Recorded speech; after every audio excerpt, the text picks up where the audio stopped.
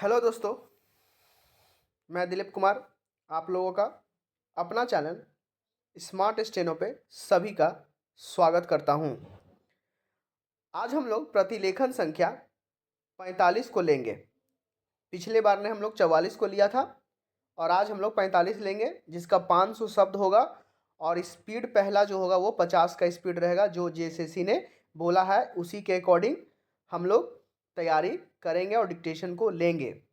हम लोग मेरे चैनल के द्वारा बहुत सारे कमेंट आ रहे हैं, सर जेएसएससी का एग्ज़ाम कब तक होगा। तो जेएसएससी देखिए अभी कुछ नहीं है। जेएसएससी ने बोला है अभी फ़िलहाल कि 3 मंथ में जितना भी पेंडिंग है उसको पहले लेंगे, इसके बाद जितना भी है इसके बाद उसको लिया जाएगा। तो आप लोग तैयारी अपना बनाए रखिए, इस सब पे दिमाग मत लगाइए, कभी भी वो ले सकता है। आप लोग एकदम सचेत होकर के अपना तैयारी बनाए रखिएगा सिर्फ। तो चलिए आज हम लोग डिक्टेशन लेते हैं 45 को। उससे पहले जाइए चैनल को सब्सक्राइब कीजिए, लाइक कीजिए, बेल आइकन को ऑन करना ना भूलिएगा और अपना स्पीड को हमेशा इंक्रीज करते रहना है। जो मैं 80 का स्पीड दे रहा हूँ उसी के लिए दे रहा हूँ कि आप लोग का स्पीड और बढ़ेगा। ठीक है, तो डिक्टेशन स्टार्ट होगा 5 सेकंड के बाद। स्टार्ट। सभापति महोदय, हमारे देश में गृह मंत्रालय और गृह मंत्री का कितना महत्व है, इसका अनुमान इसी से लगाया जा सकता है कि स्वतंत्र भारत में गृह मंत्रालय का भार सरदार पटेल ने स्वयं अपने कंधों पर लिया। सरदार पटेल का साहस, उनका उत्साह और उनकी बुद्धि तीनों ही हमारे गृह मंत्रालय के लिए आदर्श का काम कर सकती है, परंतु दुर्भाग्य से सरदार के पश्चात इन तीनों बातों में कुछ कमी आती हुई दिखाई देती है।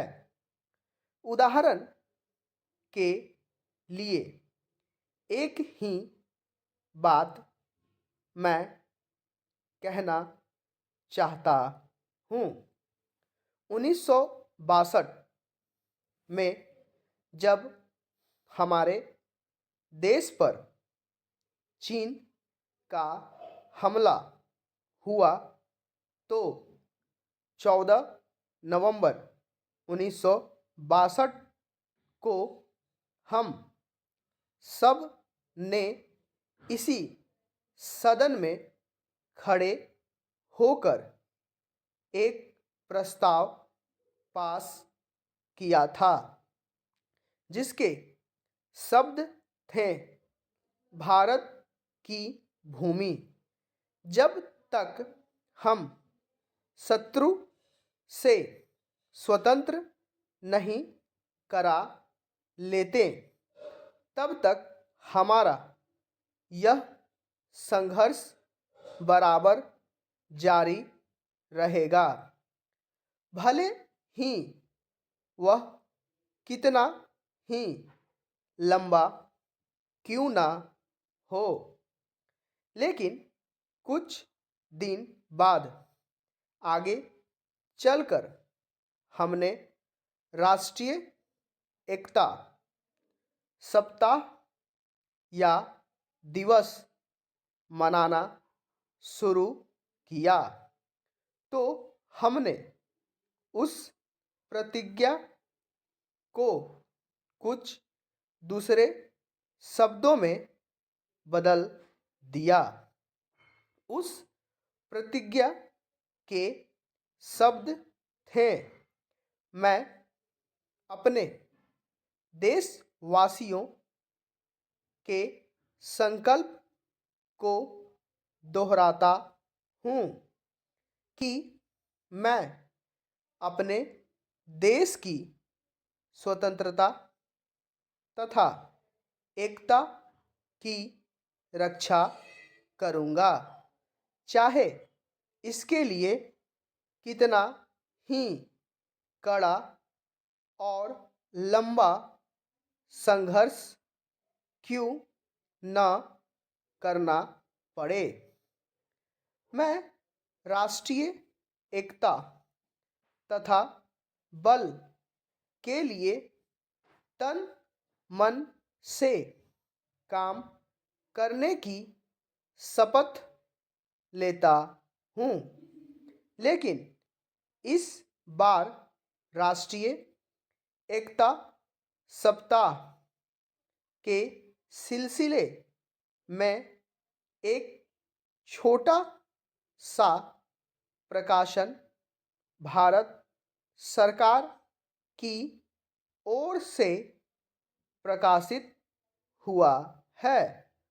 इस प्रकाशन में स्वयं इन्होंने लिखा कि 1962 में चीन द्वारा आक्रमण के बाद शपथ की भाषा में थोड़ा परिवर्तन कर दिया गया है और जो शब्द बदल दिए गए हैं उनको भी मैं सदन की जानकारी के लिए सुनाना चाहता हूँ।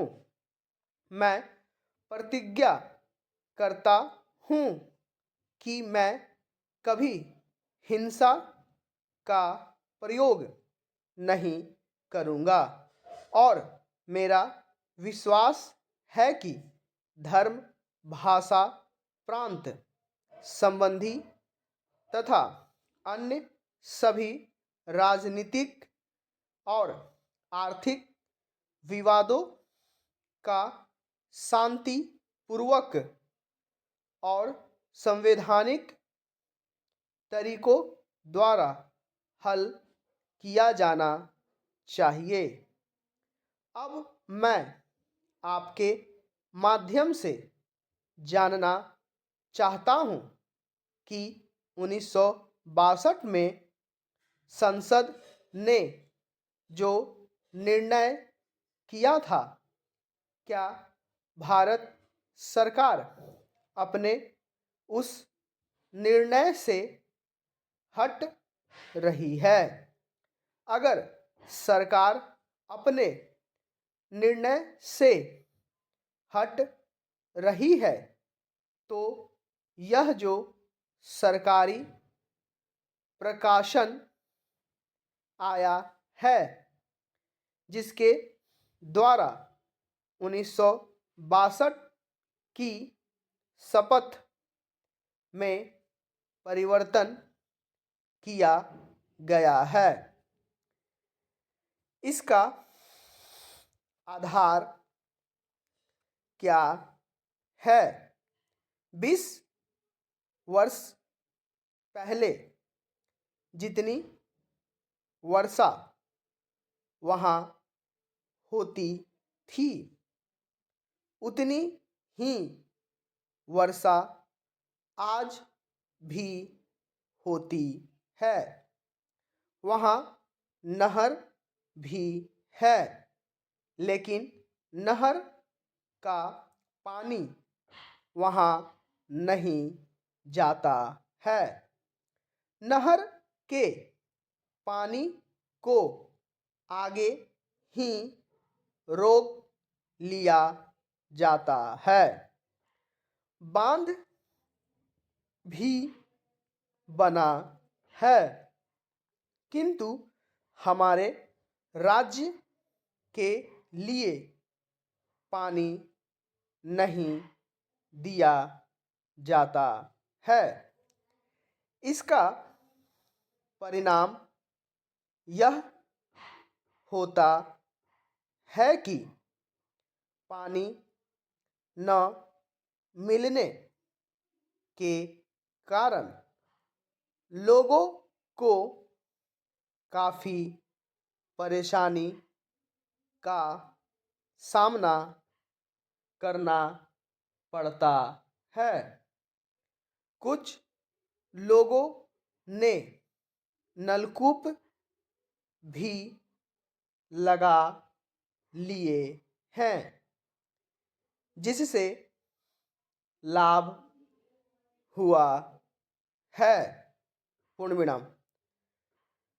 ये हम लोगों का टोटल 500 शब्द रहा और इसका 50 का स्पीड था। इसको लिखने के बाद या टाइप करने के बाद हम मुझे कमेंट ज़रूर कीजिएगा कि सर मेरा इतना एरर हुआ है। ठीक है। और देखिए बहुत कोई है कि बोल देते हैं कि सर मैं टाइप नहीं कर रहा हूँ, सिस्टम नहीं है, बहुत सारा का प्रॉब्लम आता है। तो अगर टाइप नहीं कर पाते हैं आप लोग तो कॉपी में इसको ज़रूर लिखें। उससे क्या होगा कि आप लोग का स्पेलिंग मात्रा जितनी भी होती है ना वो आप लोग का समस्या दूर हो जाएगा। तो इसको लिखने का जरूर करिए। कोई कोई एग्जाम में लिखने का भी काम कराया जाता है। ठीक है। जैसे अभी हम लोग विधानसभा में देख रहे हैं, जो बिहार में आया है उसका हम लोग देख ही रहे हैं कि वो उसमें लिखाया जाता है। हाथ हस्तलिख बोला है, मतलब हाथ से लिखना, टाइप नहीं करना उसमें। ठीक है। मैं बताया हूँ, उस वीडियो को जाके देखिएगा। जो अच्छा स्टेनो जिनका स्पीड अच्छा है वो अप्लाई कर सकते हैं। ठीक है। तो अब हम लोग नेक्स्ट चलते हैं। 500 वर्ड रहेगा टोटल और इसका 80 का स्पीड रहेगा। डिक्टेशन स्टार्ट होगा 5 सेकंड के बाद। स्टार्ट। सभापति महोदय, हमारे देश में गृह मंत्रालय और गृह मंत्री का कितना महत्व है, इसका अनुमान इसी से लगाया जा सकता है कि स्वतंत्र भारत में गृह मंत्रालय का भार सरदार पटेल ने स्वयं अपने कंधों पर लिया। सरदार पटेल का साहस, उनका उत्साह और उनकी बुद्धि तीनों ही हमारे गृह मंत्रालय के लिए आदर्श का काम कर सकती है। परंतु दुर्भाग्य से सरकार के पश्चात इन तीनों बातों में कुछ कमी आती हुई दिखाई देती है। उदाहरण के लिए एक ही बात मैं कहना चाहता हूँ। 1962 में जब हमारे देश पर चीन का हमला हुआ तो 14 नवंबर 1962 को हम सब ने इसी सदन में खड़े होकर एक प्रस्ताव पास किया था, जिसके शब्द थे भारत की भूमि जब तक हम शत्रु से स्वतंत्र नहीं करा लेते तब तक हमारा यह संघर्ष बराबर जारी रहेगा, भले ही वह कितना ही लंबा क्यों ना हो। लेकिन कुछ दिन बाद आगे चलकर हमने राष्ट्रीय एकता सप्ताह या दिवस मनाना शुरू किया तो हमने उस प्रतिज्ञा को कुछ दूसरे शब्दों में बदल दिया। उस प्रतिज्ञा के शब्द थे, मैं अपने देशवासियों के संकल्प को दोहराता हूँ कि मैं अपने देश की स्वतंत्रता तथा एकता की रक्षा करूँगा, चाहे इसके लिए कितना ही कड़ा और लंबा संघर्ष क्यों ना करना पड़े। मैं राष्ट्रीय एकता तथा बल के लिए तन मन से काम करने की शपथ लेता हूँ। लेकिन इस बार राष्ट्रीय एकता सप्ताह के सिलसिले में एक छोटा सा प्रकाशन भारत सरकार की ओर से प्रकाशित हुआ है। इस प्रकाशन में स्वयं इन्होंने लिखा कि 1962 में चीन द्वारा आक्रमण के बाद शपथ की भाषा में थोड़ा परिवर्तन कर दिया गया है और जो शब्द बदल दिए गए हैं उनको भी मैं सदन की जानकारी के लिए सुनाना चाहता हूँ। मैं प्रतिज्ञा करता हूँ कि मैं कभी हिंसा का प्रयोग नहीं करूँगा और मेरा विश्वास है कि धर्म, भाषा, प्रांत संबंधी तथा अन्य सभी राजनीतिक और आर्थिक विवादों का शांतिपूर्वक और संवैधानिक तरीकों द्वारा हल किया जाना चाहिए। अब मैं आपके माध्यम से जानना चाहता हूं कि 1962 में संसद ने जो निर्णय किया था, क्या भारत सरकार अपने उस निर्णय से हट रही है? अगर सरकार अपने निर्णय से हट रही है तो यह जो सरकारी प्रकाशन आया है जिसके द्वारा 1962 की शपथ में परिवर्तन किया गया है, इसका आधार क्या है? 20 वर्ष पहले जितनी वर्षा वहाँ होती थी उतनी ही वर्षा आज भी होती है। वहाँ नहर भी है लेकिन नहर का पानी वहाँ नहीं जाता है। नहर के पानी को आगे ही रोक लिया जाता है। बांध भी बना है किंतु हमारे राज्य के लिए पानी नहीं दिया जाता है। इसका परिणाम यह होता है कि पानी न मिलने के कारण लोगों को काफ़ी परेशानी का सामना करना पड़ता है। कुछ लोगों ने नलकूप भी लगा लिए हैं जिससे लाभ हुआ है। पूर्णविराम। तो ये हम लोगों का टोटल 500 शब्द रहा और इसका स्पीड जो था वो 80 था। 80 का स्पीड आप लोग का हो जाता है तो आप लोग हर एक फॉर्म जितने भी डिक्टेशन आते हैं ना एग्ज़ाम में, ठीक है ना, सारे जितने भी सेंट्रल हो गए, रेलवे हो गए, एसएससी हो गए, सारे में आप लोग क्वालिफाई कर जाते हैं। तो इसीलिए इसको बढ़िया से लिखने के बाद ट्रांसक्राइब ज़रूर करेंगे। अब मुझे कमेंट करिएगा कि सर मेरा इतना एरर हुआ है, ठीक है। फिर मैं आप लोग को अपना फीडबैक देता भी हूँ, ठीक है। जिनका अच्छा रहता है उनका अच्छा भी देता हूँ और जिनका थोड़ा सा कम है उनको प्रोत्साहित करता हूँ, कैसे बताता हूँ क्या करना है, स्पीड में थोड़ा सा कैसे लाना, ठीक है। तो हम लोग मिलते हैं नेक्स्ट डिक्टेशन के साथ, तब तक के लिए धन्यवाद।